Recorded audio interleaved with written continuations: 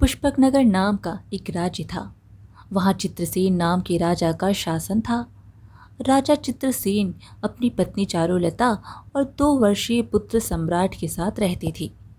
राजा चित्रसेन प्रजापालक राजा थे और उनके राज्य में उनकी प्रजा बहुत खुश थी। राजा अक्सर शिकार पर जाया करता था। ऐसे ही एक दिन राजा शिकार करने जाने ही वाला था कि तभी आसमान काले बादलों से घिर गया। आसमान को देखने में ऐसा प्रतीत होता था मानो कुछ देर बाद भयंकर बारिश होगी। हवाएं बहुत ज़्यादा तेज चल रही थी और मौसम बहुत ही ज़्यादा खराब था।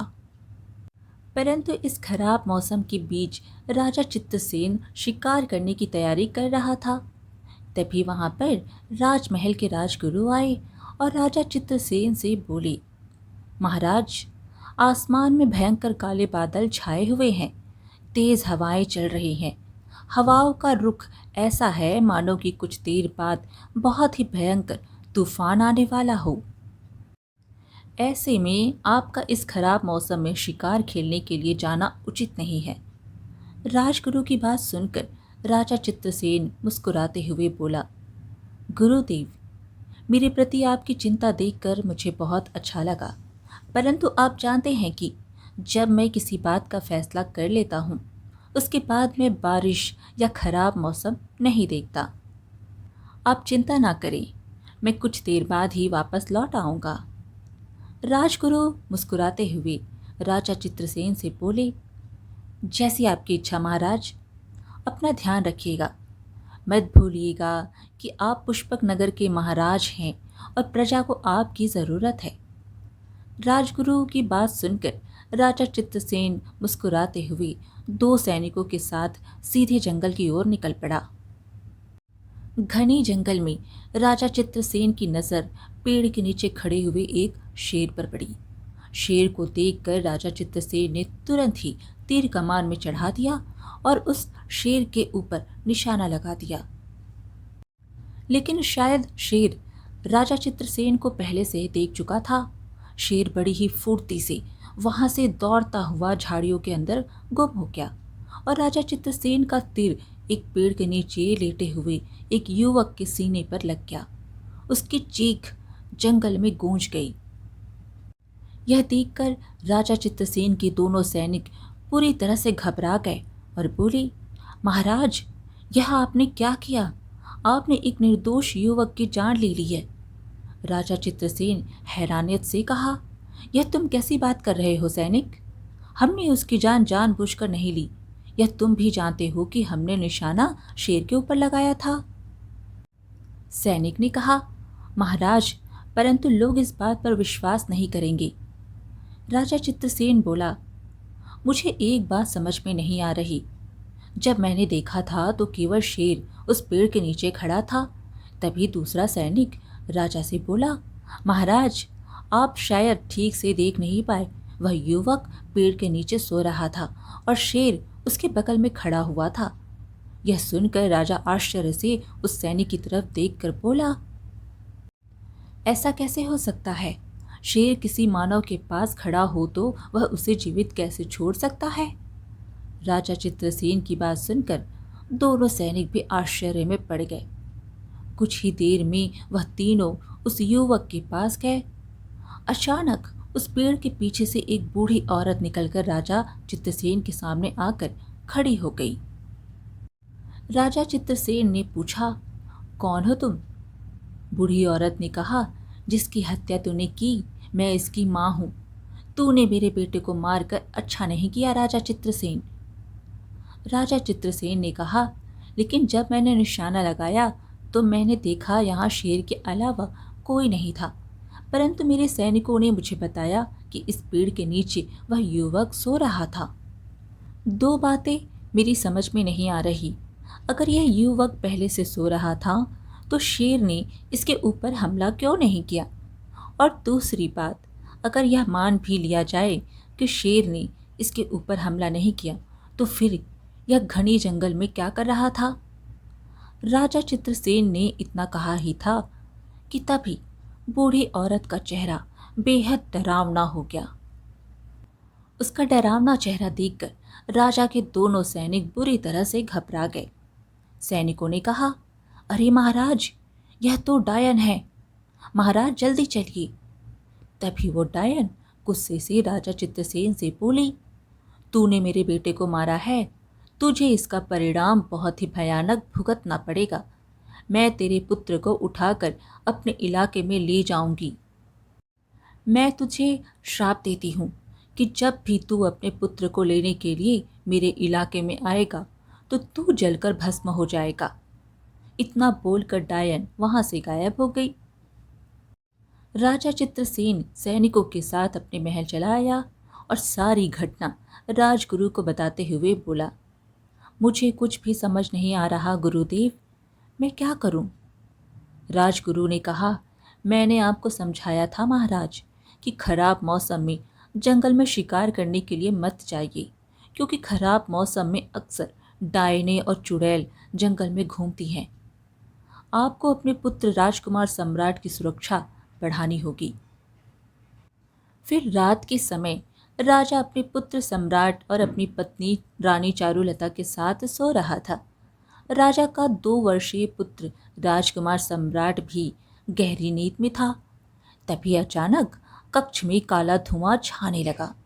राजा चित्रसेन खांसते हुए उठकर बैठ गया। अचानक वह काला धुआं बूढ़ी डायन में परिवर्तित हो गया। उस बूढ़ी डायन ने बड़ी ही फुर्ती से राजा चित्रसेन के पुत्र सम्राट को उठा लिया और वहां से गायब हो गई। यह देखकर रानी चारुलता रोती हुई बोली, मेरे पुत्र को उठाकर वो मेरी आंखों के सामने ले गई और आप कुछ नहीं कर पाए महाराज।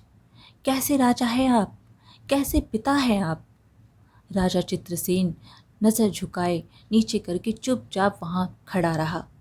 अगले ही दिन राजा चित्रसेन चिंतित अवस्था में राजगुरु से बोला, गुरुदेव, कैसे भी करके मेरे पुत्र को वापस लाइए। जब से मेरे पुत्र का अपहरण मेरी आंखों के सामने वह डायन करके ले गई है, तब से मैं अपनी पत्नी के सामने दोषी महसूस कर रहा हूँ। फिर कुछ समय बाद राजगुरु आए और बोले, महाराज, मैंने पुष्पक नगर राज्य के बड़े से बड़े पहुँचे हुए और विद्वान साधुओं को बुलाया और इस बात की चर्चा की, मगर सभी साधुओं ने अपने हाथ खड़े कर दिए। यह सुनकर राजा चित्रसेन निराश हो गया। समय ऐसे ही बीतता रहा। 1 वर्ष के बाद फिर रानी चारुलता ने एक दूसरे पुत्र को जन्म दिया। राजा चित्रसेन ने उस पुत्र का नाम अर्जुन रखा। बीतते समय के साथ साथ राजकुमार अर्जुन 20 वर्ष का हो गया, परंतु राजा चित्रसेन के चेहरे से उस दिन से मुस्कान गायब हो चुकी थी जब से राजकुमार सम्राट को डायन उठा कर ले गई थी। वह हमेशा उदास रहता था। एक दिन राजकुमार अर्जुन अपने पिता से बोला, पिताजी, जब से मैंने होश संभाला है तब से मैंने आपके चेहरे पर मुस्कान नहीं देखी और माँ भी हमेशा बुझी बुझी सी रहती है। आखिर ऐसी क्या बात है? राजा चित्रसेन दुखी भरे स्वर में अपने पुत्र से बोला, पुत्र, बात ही कुछ ऐसी है। वर्षों पहले एक घटना मेरे साथ घटी थी। उस घटना ने मेरी और तुम्हारी माँ की हंसी छीन ली। अर्जुन बोला, पिताजी, मुझे भी उस घटना के बारे में जानने का पूरा अधिकार है, मुझे बताइए। फिर राजा चित्रसेन अपने पुत्र अर्जुन को सारी घटना बताते हुए बोला, तब से तुम्हारा बड़ा भाई उस डायन के कब्जे में है। मैं चाहकर भी उसके इलाके में नहीं जा सकता क्योंकि उसका श्राप मेरे ऊपर है। पता नहीं मेरा पुत्र राजकुमार सम्राट जीवित होगा भी या नहीं। अर्जुन सारी बातों को सुनने के बाद बोला, पिताजी, क्या आपने कभी यह जानने का प्रयास किया कि उस डायन का इलाका कहाँ है? राजा चित्रसेन ने कहा, जब राजकुमार सम्राट का अपहरण हुआ था तब मैंने बहुत से साधुओं से उस डायन का इलाका पता करने का प्रयास किया, मगर किसी भी साधु ने मुझे इसलिए बताने से इनकार कर दिया क्योंकि उनका कहना था कि अगर मैं उस इलाके में जाऊंगा तो डायन के श्राप के अनुसार मैं जलकर राख हो जाऊंगा। और सब ने यही कहा कि डायन का श्राप उसकी मौत के साथ ही खत्म हो सकता है। अर्जुन बोला, पिताजी, श्राप आपके ऊपर है, मेरे ऊपर नहीं। राजा चित्रसेन ने कहा, तुम कहना क्या चाहते हो? अर्जुन बोला, पिताजी, उस डायन ने शायद भविष्य नहीं देखा था। उसे नहीं पता था कि भविष्य में आपका एक और पुत्र जन्म लेगा, यानी कि मैं अपने भाई को डायन के चंगुल से छुड़ाकर यहाँ पर लेकर आऊँगा और उस डायन को समाप्त कर दूंगा। मैं आपको वचन देता हूँ। राजा बोले, नहीं पुत्र, डायन बहुत शक्तिशाली है। मैं अपने एक बेटे को खो चुका हूँ, परंतु तुम्हें नहीं खोना चाहता। पिताजी, आप एक राजा हैं। आपका कर्तव्य है कि आप अपने पुत्र को कायरता की सीख देने की बजाय उसे वीरता का पाठ पढ़ाएं। मुझ पर विश्वास कीजिए, मुझे कुछ नहीं होगा। अब इस महल में मैं तब कदम रखूंगा जब मैं उस डायन को खत्म कर दूंगा और अपने भाई को उसके चंगुल से छुड़ा लाऊंगा। इतना बोलकर राजकुमार अर्जुन घोड़ा लेकर महल से बाहर निकल पड़ा और अपने घोड़े के साथ घने जंगल के अंदर प्रवेश कर गया। राजकुमार अर्जुन कई घंटे तक घने जंगल में भटकता रहा। कुछ देर बाद उसकी नज़र एक बहुत ही घने वृक्ष के नीचे बैठे हुए एक साधु पर पड़ी। राजकुमार अर्जुन साधु के पास आकर खड़ा हुआ। साधु ने राजकुमार अर्जुन की ओर देखते हुए कहा, वस्त्रों से तो तुम राजकुमार मालूम पड़ते हो, फिर तुम इस घने जंगल में क्या कर रहे हो? राजकुमार अर्जुन साधु को सारी घटना बताते हुए बोला, मैंने अपने पिता को वचन दिया है साधु महाराज कि मैं उस डायन का सर्वनाश करके अपने भाई को उसके चंगुल से छुड़ाऊंगा।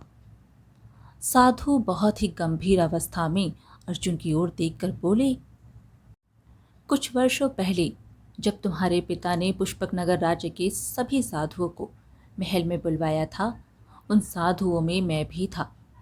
मैंने तुम्हारे पिता से उस समय भी कहा था कि वो डायन बहुत ही ज़्यादा खतरनाक है और वह हजारों वर्षों से जीवित है। उसके इलाके में प्रवेश करना बहुत ही कठिन है, उसे मारना बहुत ज़्यादा मुश्किल। अपनी जान प्यारी है तो वापस लौट जाओ। मैंने अपने पिता को वचन दे दिया है, अब भले ही चाहे मेरे प्राण चले जाएं, परंतु मैं अब पीछे नहीं हटूंगा।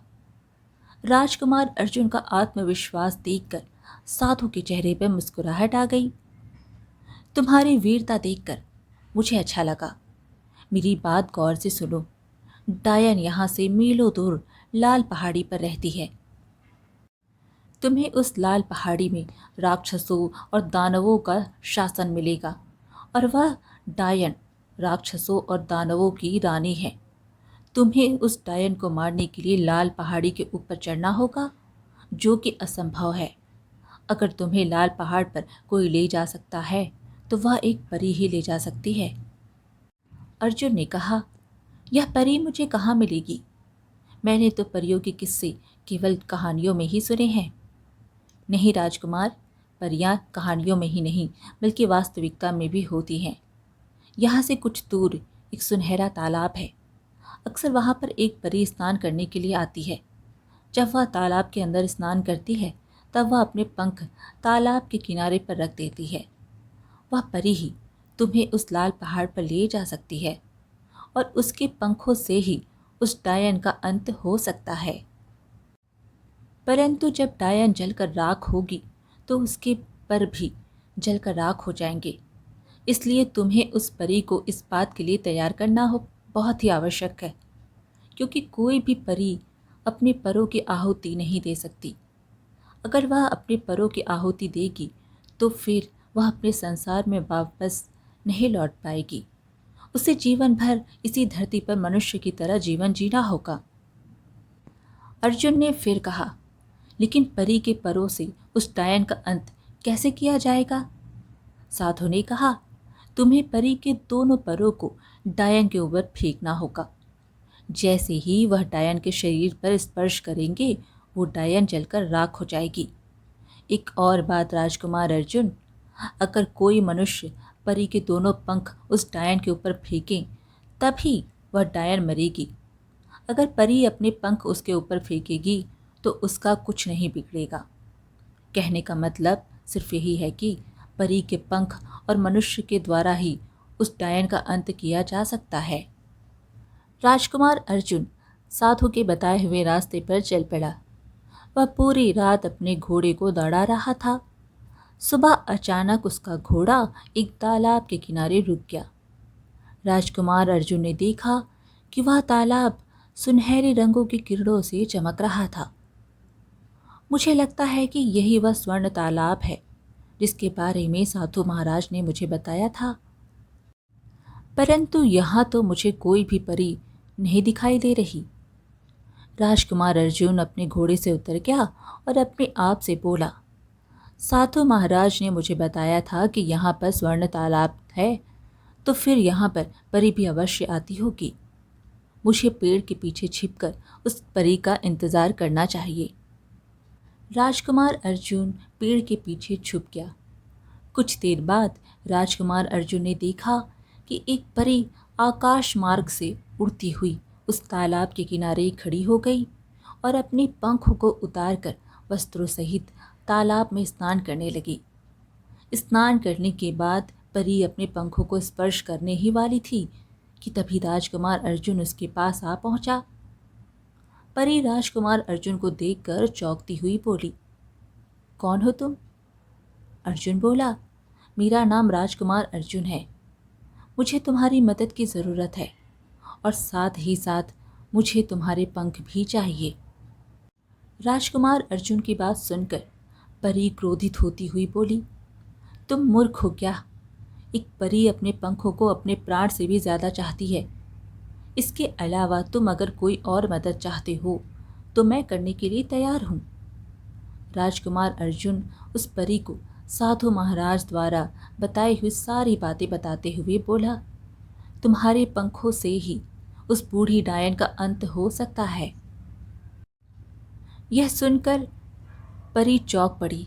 अचानक उसकी आंखों में से आंसू बहने लगे। राजकुमार अर्जुन ने पूछा, क्या हुआ? तुम रोने क्यों लगी? परी ने कहा, तुम शायद नहीं जानते राजकुमार, वर्षों पहले मैं अपने संसार से इस जंगल में अकेली स्नान करने के लिए नहीं आती थी। मेरे साथ मेरी बहन भी आती थी और एक दिन वो बूढ़ी डायन यहाँ पर आई और उसने हम दोनों बहनों के ऊपर हमला कर दिया। अचानक मेरी बहन गायब हो गई। यह देखकर मैं बुरी तरह से घबरा गई। तभी वह डायन मेरी ओर देखकर बोली कि उसने मेरी बहन को अपनी जादुई मायावी शक्तियों के ज़रिए अपहरण कर लिया है और वह बहुत जल्द ही मेरा भी अपहरण करके ले जाएगी। मैं आज तक नहीं समझ पाई कि उसने हम दोनों के ऊपर हमला क्यों किया। राजकुमार अर्जुन ने कहा, तुम्हारा नाम क्या है? परी ने कहा, मेरा नाम स्वर्णा है। राजकुमार अर्जुन बोला, स्वर्णा, मुझे एक बात बताओ, तुम्हारे संसार से कितनी परियां हमारे संसार में स्नान करने के लिए आती हैं? स्वर्णा ने कहा, हमारे संसार की परियों को यहाँ आने की इजाज़त नहीं है राजकुमार।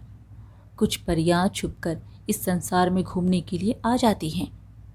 राजकुमार अर्जुन ने कहा, शायद वह डायन जानती है कि उसका अंत एक परी के पर से ही होगा, इसलिए उसने तुम दोनों को मारने की कोशिश की।